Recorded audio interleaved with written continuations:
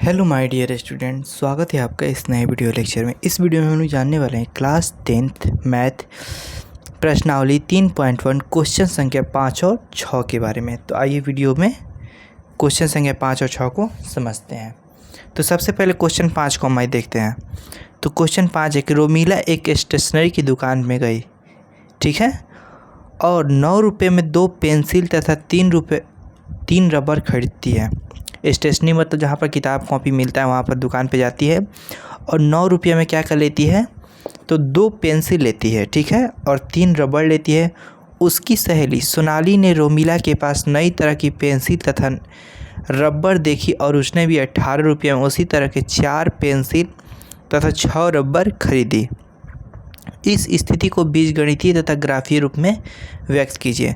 तो सबसे पहले यहाँ पर 2 चीज़ों का बात किया गया, एक पेंसिल है एक रबड़ है। तो हम पहले इनका मूल्य मानेंगे, उसके बाद क्या करेंगे, हम 2 चररैखिक समीकरण युग्म रूप में इसको बैठाएंगे। तो सबसे पहले क्या करते हैं हम लोग, तो यहाँ पे हम लोग मान लेंगे पहले सबसे पहले एक पेंसिल और एक, यहाँ पे पेंसिल हो गया है, सॉरी, एक पेंसिल तथा एक रबड़ का मूल्य। क्योंकि देखिए यहाँ पर 9 रुपये में 2 पेंसिल और 3 रबड़ खरीदती है जो रोमीला है।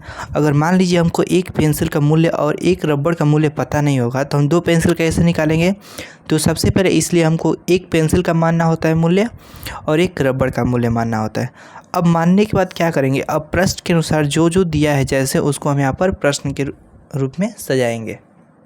तो यहाँ पर देखिए सबसे पहले हमने लिख लिया प्रश्न से। अब रोमीला के बारे में बात कर रहे हैं हम लोग। तो रोमीला देखिए 2 पेंसिल खरीदते, कितना रुपये में, 9 रुपये में। तो यहाँ पर एक पेंसिल का मूल्य 100 रुपया है, तो 2 पेंसिल का मूल्य कितना होगा, तो आप कहेंगे 1 गुणे 2 यानी कि 2x, क्योंकि 2 यहाँ पर पेंसिल है और एक पेंसिल का पहले से मूल्य 100 रुपया है। तो 2 खरीदने के लिए कितना रुपया खर्च करना पड़ेगा, तो x में 2 से गुणा कर देंगे तो 2x। तो यहाँ पर हो जाएगा हमारा 2x। अब बीच में यहाँ पे दोनों जो रबड़ और पेंसिल खरीदती है वो 9 रुपये, यानी कि ऐड करके दोनों को जोड़ करके दिया गया है 9 रुपया।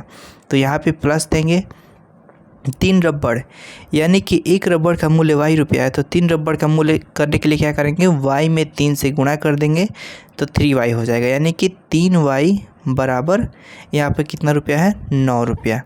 तो ये हमारा एक समीकरण पहला बन गया, ठीक है, यहाँ पे ये पहला समीकरण बन गया। अब देखिए अब फिर दूसरा समीकरण, उसकी सहेली के बारे में, जो उसकी सहेली सोनाली है उसके बारे में भी समीकरण हम लोग बनाएंगे। तो लिखेंगे यहाँ पर पुनः प्रश्न से। तो पुनः प्रश्न से लिखने के बाद क्या करेंगे, देखिए यहाँ पे 4 पेंसिल है, तो एक पेंसिल का मूल्य 100 रुपये, तो 4 पेंसिल का ज्ञात करने के लिए क्या करेंगे हम लोग, 4 से गुणा कर देंगे, दोनों को जोड़ेंगे, ठीक है। जोड़ने के बाद, क्योंकि जोड़ने के बाद 18 रुपये आ रहा है, उसके बाद 6 रबड़, तो एक रबड़ का मूल्य y रुपये, तो 6 रबड़ का मूल्य 6y बराबर यहाँ पे क्या हो जाएगा, 18, ठीक है, यहाँ पे क्या हो जाएगा 18। तो यहाँ पे हमारा बन जाता है समीकरण सेकंड। 4 पेंसिल है, 6 रबड़ है, ठीक है। अब मान लीजिए मैं यहाँ पर कुछ कमन भी करना चाहूँ तो आगे हम कमन करके समीकरण को क्या कर सकते हैं और आसान बना सकते हैं। जैसे मान लीजिए मैं समीकरण को हल करना चाहूँ तो इसमें से हम ज़्यादा से ज़्यादा क्या करेंगे, 2 यहाँ पर कमन कर लेंगे, तो 2 इसमें से कमन हो जाएगा, 2 इसमें से कमन हो जाएगा, तो 2 यहाँ पे कमन हो जाएगा। तो यहाँ पर 2 के पारा कितना पढ़ेंगे, 4 आएगा, तो 2 बार पढ़ेंगे तो 4 आ जाएगा, और x कमन नहीं होता, x ऐसे ही छोड़ देंगे, ठीक है। उसके 2 के पारा 3 बार पढ़ेंगे तो 6 आएगा। उसके बाद y कमन नहीं हुआ तो y उसको उतार देंगे, यहाँ पर 18 लिख देंगे, ठीक है। उसके बाद हम क्या करेंगे, 2 एकम 2, 2 नवा 18, यानी कि 2x प्लस 3y बराबर हमारा कितना आ गया, 9 आ गया। तो इस प्रकार से हम इसको आगे हल करके लिख सकते हैं। तो यहाँ पे ये समीकरण हमारा फर्स्ट होता है और यहाँ पर समीकरण सेकंड होता है, ठीक है। तो यहाँ पे 2 समीकरण हमने क्या किया, बना लिया। अब इसको ग्राफीय रूप में क्या करना है, निरूपित करना है। तो ग्राफीय रूप में निरूपित करने से पहले इसका हम क्या करेंगे, मान निकालेंगे। मान निकालने के बाद इसको ग्राफ में हम लोग व्यक्त करेंगे। तो आइए सबसे पहले मान निकालते हैं। पहले हम यहाँ पर हल करेंगे पहले समीकरण को, ठीक है। तो यहाँ पर पहले समीकरण को हमने लिख लिया। अब क्या करेंगे, यहाँ पर देखिए 2x बराबर 9 माइनस, ठीक है, और यहाँ पे 3y है तो 3y इधर प्लस में तो इधर माइनस में आ जाएगा, तो 3y। अब देखिए x को इधर छोड़ देंगे, यहाँ पे 9 माइनस 3y/2। अब हम लोग जानते हैं कि ग्राफ खींचने के लिए हल में जो इसका मान हम निकालते हैं तो उसमें कम से कम अंक को रखेंगे कि हमको कम से कम अंक प्राप्त हो। ज़्यादा से ज़्यादा अंक रखेंगे तो ज़्यादा मान बड़ा प्राप्त होगा, जिसको ग्राफ कॉपी पर दर्शाना मुश्किल हो जाएगा। तो यहाँ पे देखिए, अगर मान लीजिए मैं यहाँ पे क्या रखता हूँ, 1 रखता हूँ, तो यहाँ पर 1 में 3 से गुणा तो 3 हो जाएगा, और 3 यहाँ पर, तो पहले मान लीजिए y बराबर मैंने 1 रखा। 1 रखने पर तो यहाँ पे क्या हो जाएगा, x बराबर 9 - 3 × 1/2। यहाँ पे क्या हो जाएगा, x बराबर 9 - 3 में 1 से गुणा होगा तो 3/2। उसके बाद यहाँ पे क्या हो जाएगा, 9 में से 3 घटेगा तो 6 हो जाएगा, बटे में 2, 2 एकम 3, यानी कि x बराबर हमारा मान कितना प्राप्त हुआ, 3 प्राप्त हो गया। हमने y का मान कितना रखा, 1 रखा। तो अब हम लोग क्या करेंगे, दूसरा मान रखते हैं। तो दूसरा मान मैंने मान लिया y बराबर क्या रख दिया, 2 रखने पर, ठीक है, 2 रखने पर। तो यहाँ पे क्या हो जाएगा, x बराबर 9 - 3 × 2/2। तो x बराबर 9 - 3 दूना 6 बटे में कितना हो जाएगा, 2 हो जाएगा। x बराबर 9 में 6 घटेगा तो कितना हो जाएगा, 3 हो जाएगा, ठीक है। और यहाँ पे क्या हो जाएगा, 3 दूना 6 हो गया, और 9 में से 6 घटा तो 3 हो गया, बटे में 2। अब देखिए, अब हम 3 को 2 से भाग देंगे तो 1.5 आएगा, यानी कि 3 का आधा कितना होता है, 1.5। तो हमारा x का मान कितना प्राप्त हो गया, 1.5। अब हम क्या करेंगे, y बराबर 3 रखने पर, 3 रखने पर। तो यहाँ पे x बराबर 9 - 3 × 3/2। x बराबर 9 - 3 का 9/2। उसके बाद यहाँ पे हल करेंगे तो देखिए, यहाँ पे हो जाएगा, 9 में से 9 जाएगा तो 0/2, और x बराबर किसी भी संख्या 0 को किसी भी संख्या से भाग देते हैं तो कितना आता है, हमारा मान 0 आता है, यानी कि x का मान 0। अब यहाँ पर हम क्या करेंगे, एक डायग्राम बनाएंगे, ठीक है। यहाँ पे एक तालिका बना लेंगे, और सबसे पहले हम मान लिखते हैं x का, उसके बाद y का। उसके बाद देखिए, यहाँ पे y का मान हमने 1 रखा है, 2 रखा है, 3 रखा है। तो x का y रखा है तो कितना प्राप्त हुआ है, 3 प्राप्त हुआ है, और y में 2 रखा है तो हमारा प्राप्त हुआ है 1.5। और यहाँ पे y में अगर हम क्या करते हैं, y बराबर 3 रखा है हमने, तो हमको प्राप्त हुआ है 0। तो ये पहले समीकरण का हमारा मान निकल गया। अब आते हैं दूसरे समीकरण की तरफ। दूसरे समीकरण में आप इसको भी ले सकते हैं और इसको भी ले सकते हैं, लेकिन आपको आसान पड़ेगा इस सेकंड वाला। तो यहाँ पे हम सेकंड वाला ले लेते हैं, 2x + 3y = 9, समीकरण सेकंड। अब इसको हम क्या करेंगे, बारी बारी से मान रख के हल करेंगे। तो सबसे पहले इसको हम क्या करेंगे, देखिए इसको हल करते हैं। और हल करने के लिए मैं आपको आसान एक नियम और बताता हूँ। देखिए, आप देख रहे होंगे कि दोनों का मान लगभग सेम आया है। यहाँ पे दोनों का मान सेम आया, यानी कि ग्राफ कॉपी जब हम बनाएंगे तो दोनों का मान एक ही ग्राफ पे आएगा। लेकिन मैं आपको विश्वास कराने के लिए यहाँ पर एक खींच देता हूँ, इसको हल कर देता हूँ, ठीक है। तो यहाँ पर 2x बराबर 9 - 3y, और यहाँ पे x बराबर क्या हो जाएगा, 9 - 3y/2। पहले के जैसे ही, क्योंकि सेम समीकरण है ये भी। अब देखिए क्या करेंगे, मान लीजिए इस पर y बराबर मैं -1 रखता हूँ। कितना रखता हूँ, -1। तो यहाँ पे क्या हो जाएगा, रखने पर। उसके बाद यहाँ पर x बराबर 9 - 3 × -1/2। उसके बाद यहाँ पर x बराबर 9 -−+/3, यहाँ पर 2 हो जाएगा। x बराबर 9 में 3 जोड़ेंगे तो 12/2, यानी कि 2 से 6 कट जाएगा। तो यानी कि x बराबर हम माना गया कितना, 6। ये हमारा पहला मान प्राप्त हो गया। अब देखिए, इसी प्रकार अगर हम दूसरा मान रखना चाहें तो y बराबर क्या रख सकते हैं। देखिए, -2 रखेंगे तो सबसे पहले -−+3 दूना 6, ये 15 हो जाएगा, यानी कि 7.5 ज़्यादा हो जाएगा, ठीक है। तो मान लीजिए मैं यहाँ पर 1 रखता हूँ, 1 रखने पर, ठीक है।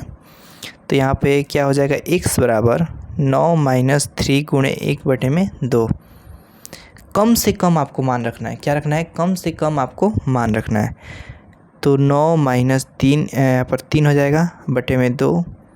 x बराबर 9 में 3 जाएगा तो 6 बटे में 2 यानी कि 3 हो जाएगा। यहाँ पे x बराबर 3, ठीक है, यानी कि x बराबर कितना आ गया हमारा 3 आ गया।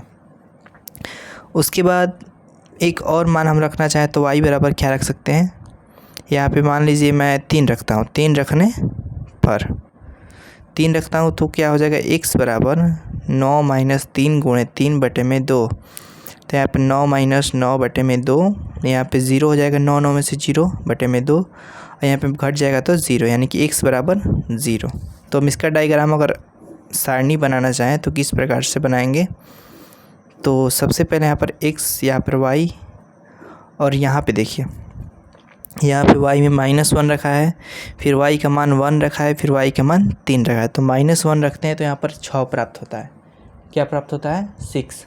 तो यहाँ पर 6 हो जाएगा और यहाँ पे 3 हो जाएगा यहाँ पे, और यहाँ पे y बराबर 3 रखते हैं तो हमको 0 प्राप्त होता है। उसके आगे देखिए, अब इसका ग्राफ कॉपी में हम क्या करेंगे, मान खींचेंगे। तो मान खींचने से पहले हमको एक बात का ध्यान रखना चाहिए, ठीक है, क्या रखना चाहिए, तो यहाँ पे देखिए, यहाँ पे x में सबसे बड़ा क्या है 3 है, ठीक है, और यहाँ में सबसे x में बड़ा 6, यानी कि हमारा धनात्मक में मान x में 6 तक जाएगा और y में 3 है यहाँ पे y में 3 तक, यानी कि हमारा लगभग 3 तक जाएगा। तो इस बात का आप लोग ध्यान रखते हुए इस ग्राफ कॉपी पे क्या करना है, हमको ग्राफ खींचना है। तो मैं सबसे पहले ग्राफ को बना लेता हूँ। तो यहाँ पे हमने ग्राफ कॉपी पे ग्राफ को खींच लिया। मैंने यहाँ पर कलम से खींचा है, लेकिन आप लोग पेंसिल से खींचिएगा, निर्देश मैं बार बार देता रहता हूँ। अगर कलम से आप बनाएंगे तो आपका नंबर कट सकता है। तो सबसे पहले हम पहले समीकरण का ग्राफ खींचते हैं। हमारा ये पहले समीकरण का ग्राफ है। तो यहाँ में देखिए x में 3 है, y में इसके नीचे कितना है 1 है। तो यहाँ पे x में यहाँ पर पहले सबसे पहले देखिए धनात्मक है, यहाँ पर प्लस में है, प्लस इसके आगे है। तो सबसे पहले हम प्लस में खोजेंगे, फिर एक प्लस में है तो एक ऊपर खोजेंगे। तो सबसे पहले x में खोजते हैं, फिर y में। तो x पे हमारा 3 यहाँ पे है, y में 1 यहाँ पे, यानी कि यहाँ पे 3,1। उसके बाद x में 1.5, तो 1.5 देखिए एक यहाँ पर है, यहाँ पर 2 है, बीच में जो लाइन आप लोग देख रहे हैं 1.5 है, और y में 2 है। तो यहाँ पे 1.5 यहाँ पर 2, तो यहाँ पे ले लेंगे 1.5, 2। यहाँ में x में 0, यहाँ में y में 3। तो x में 0 ये रहा, और y में 3 यहाँ पे 0, 3। अब इसको क्या करेंगे, हमें एक स्ट्रेट लाइन से यहाँ पे सीधी रेखा में मिला देंगे। तो यहाँ से इस प्रकार से अच्छे से स्केल रखने के बाद इस समीकरण को मिला देंगे। यहाँ पर लिख देंगे समीकरण फर्स्ट हमारा क्या था 2x + 3y = 9, समीकरण फर्स्ट। अब सेकंड समीकरण को हम बनाते हैं इसी पर। देखिए सेकंड समीकरण का हमारा जो मान था वो ये है। तो x में 6 है, तो x में यहाँ पर देखिए 6, ठीक है, और y में कितना है -1। x में 6 वहाँ पर, y में -1। तो यहाँ पे 6 है तो नीचे आएगा, -1 इधर से आएगा, तो इधर से आते आते यहाँ पे मिलेगा। तो इस बिंदु पे हम क्या लिखेंगे 6, -1। उसके बाद x में 3 है, y में 1 है। तो x में यहाँ पे 3 और y में 1, तो यहाँ पे ये हो जाएगा, ठीक है। उसके बाद x में 0 और 3 है, तो x में 0 और यहाँ पे 3, तो ये हो जाएगा। तो हमारा पहले पे ही दूसरे का मान आ गया, तो हम यहाँ पर दूसरे का मान भी लिख सकते हैं। तो हम समीकरण फर्स्ट और समीकरण सेकंड। अब ये क्यों आया, क्योंकि देखिए, क्योंकि यहाँ पे हम लोग देख रहे हैं कि इसका भी समीकरण का मान सेम है और इस समीकरण का मान भी सेम है, इसलिए इन दोनों का मान जो है वो ग्राफ कॉपी पे एक ही लाइन पे आता है। अगर अलग अलग समीकरण रहता तो अलग अलग मान आता, लेकिन हमारा एक सीधी रेखा आया है, अब दोनों समीकरण का मान एक ही रेखा पे गया है, ठीक है। तो इस प्रकार आप ग्राफ बना सकते हैं। यहाँ पर x डैश, वहाँ पर y और यहाँ पे y डैश। यहाँ पर ग्राफ हमारा क्या हो गया, कंप्लीट हो गया। यहाँ पे आपको जूम करके मैं दिखा सकता हूँ, ग्राफ इस प्रकार से हमारा बना है। तो आप लोगों को भी ऐसे ही ग्राफ आप परीक्षा में बनाकर आना है। तो ये वीडियो लंबा हो जाएगा, इसलिए मैं क्वेश्चन 6 को अगली वीडियो में बताऊंगा। इस वीडियो में क्वेश्चन 5 तक ही मैं रहने देता हूं। तो ठीक है, मिलते हैं अगली वीडियो में क्वेश्चन संख्या 6 को लेकर। धन्यवाद।